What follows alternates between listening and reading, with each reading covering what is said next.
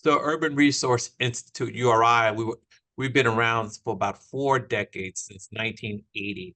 And we're really organized to end domestic violence and homelessness. We operate in the 5 boroughs of New York City. We do a lot of work on prevention. We work with thousands of young people, middle school and high school, really engaging them about healthy relationships. We do a lot of work around understanding economic abuse. So we have economic empowerment centers. And recently, over the last couple of years, in response to survivors, we started to work with those who do harm in our abuse and partner intervention programs. We realized that we're going to be responsive to survivors. It wasn't going to say, this is what you have to do. We're going to create a few options. Some people, some survivors aren't going to leave an abusive relationship. That's just the reality. There are other risk factors that they're taking into account. You often say, well, why is it so complicated? Because it is so complicated. Part of our work is to understand those complications or risk factors and then offer options that's supportive and in line with what the survivor wants to happen. So working with those who do harm is working in line with what the desires are of victims of domestic violence.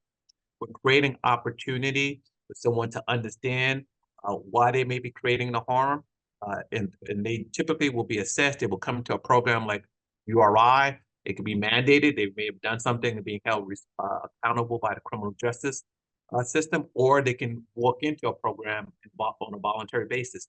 For those listening, and if you're doing harm, you can pick up the phone today or go to the website, urinyc.org, and enroll yourself in a program. When you come to us, we're going to create a safe space.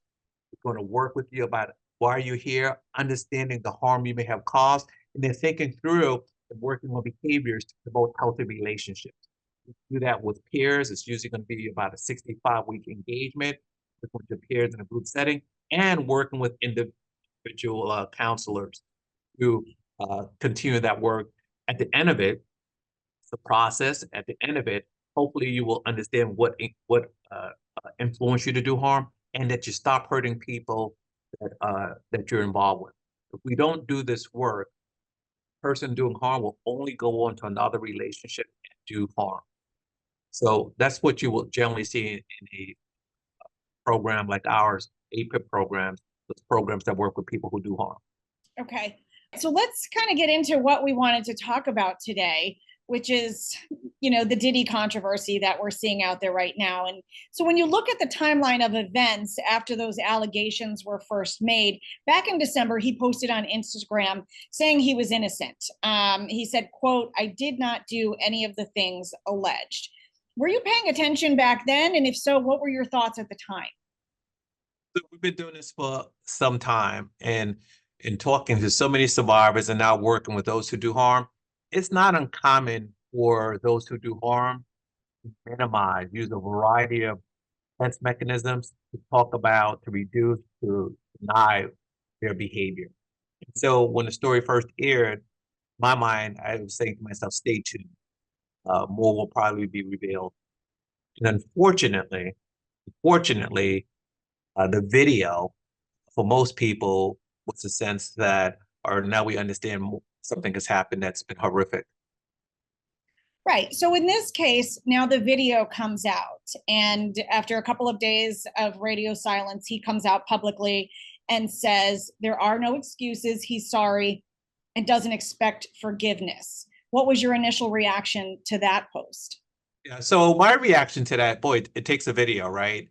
That probably people in the community, people that knew Cassie, probably knew she was a victim of domestic violence, and probably didn't give her the support and help that she needed. It takes a celebrity, someone who we know, someone often who we admire, to be very public about it, to talk about domestic violence. So when the video came out, to me, again, it was cementing that the general public would probably now believe Cassie and that she suffered horrendous abuse. But to me, it also said how much more we need to talk about domestic violence. You and I know that 1 in 4 only women will be abused and 1 in 7 men. We've been talking about domestic violence each and every day in our work. And it's sometimes people don't listen and they don't take action. And that's the challenge. It's not till we get a Sean Combs, a celebrity doing something horrific, the public starts to lean in a little more and take note. Do you think him posting that is accountability? What does accountability look like to you? What should it be? Listen, it's not just a one and done apology. It's more like a process. The idea, in the old days, it used to be nothing worked, and we would send people to these accountability programs. They would be held responsible for the crime they committed. Now, accountability is a process. It's understanding and accepting that you've done harm to people, someone you've been involved with, you caused them harm, and you're acknowledging that harm. And you have that level of accountability and taking responsibility for that. And you're committed to doing no further harm as you continue to move forward. So it's a process of change, a process of accepting responsibility for the harm that you created to the individual and to the community, and then moving forward to not do harm to other people in your community, particularly people that you say you love. So, what I'm hearing, do you think that taking accountability can lead people who do harm others to change? So yes, listen, I don't know universal truths here. We believe in our work that change is very possible. Now, we work with people. We bring people in. We assess their motivation for change, their readiness for change, and then they engage in a process of really accepting what they've done has been harmful, and then moving toward behavior uh, that says that evidence is that they've changed. So just because someone says it doesn't mean that the behaviors are going to be associated with it. However, it is a start, right? It's starting the process of starting to acknowledge that it did some harm. We will probably question his motivation. Sure, the viewers will probably say, well, in that fields, he didn't talk about being sorry and being disgusted with himself until his video aired. He knew for a long time that he committed this harm. So what's the level of motivation? We can continue to question all that. We would want to say for people like Sean Combs, those other people who cause harm, we would want to get them in and start working with them to really go through the process of change. In this case, we have a very, public, forward-facing figure. Um, we've had others recently, make headlines for similar things. Do you think people in these high-profile positions, wealthy people, do you think that they're treated differently in the justice system for these types of things? Do you think that they're treated differently by the public for these types of things? So I heard your question. I was going to give it 10 seconds because I feel like it answers itself, right? The sort of Harvey Weinstein, the Jeffrey Epsteins, the R. Kellys, the Larry Nassar. Of course, their ability to use their resources to carry stories, to hire lawyers, hire PR firms. They have the ability to not be held accountable for what they do, and people admire them. So those who are in a different station often aren't being held accountable to the common day person. Right. And I guess, last question, because people are talking about this and it's out there, right? What should the public, what should people learn from this? What can we learn from this? Where should we go from here? Yeah. So the public, right? This is a call to action. What should we do now? It's so much going on in this world. It's hard to pay attention to anything.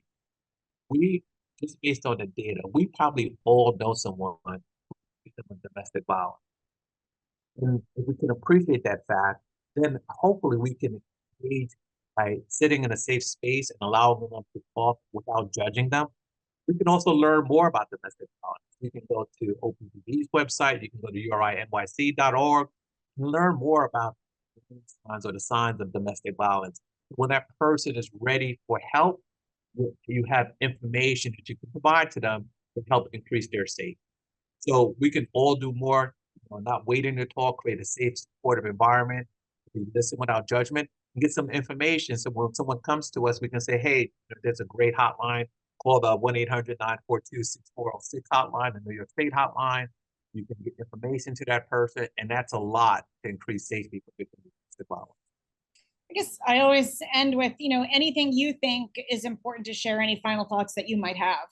Get involved, right? If you want to do more to end domestic and gender-based violence, get involved with some of your local nonprofits that's doing this work. Donate money to them. They are always constantly challenged with getting information out, having resources to do that.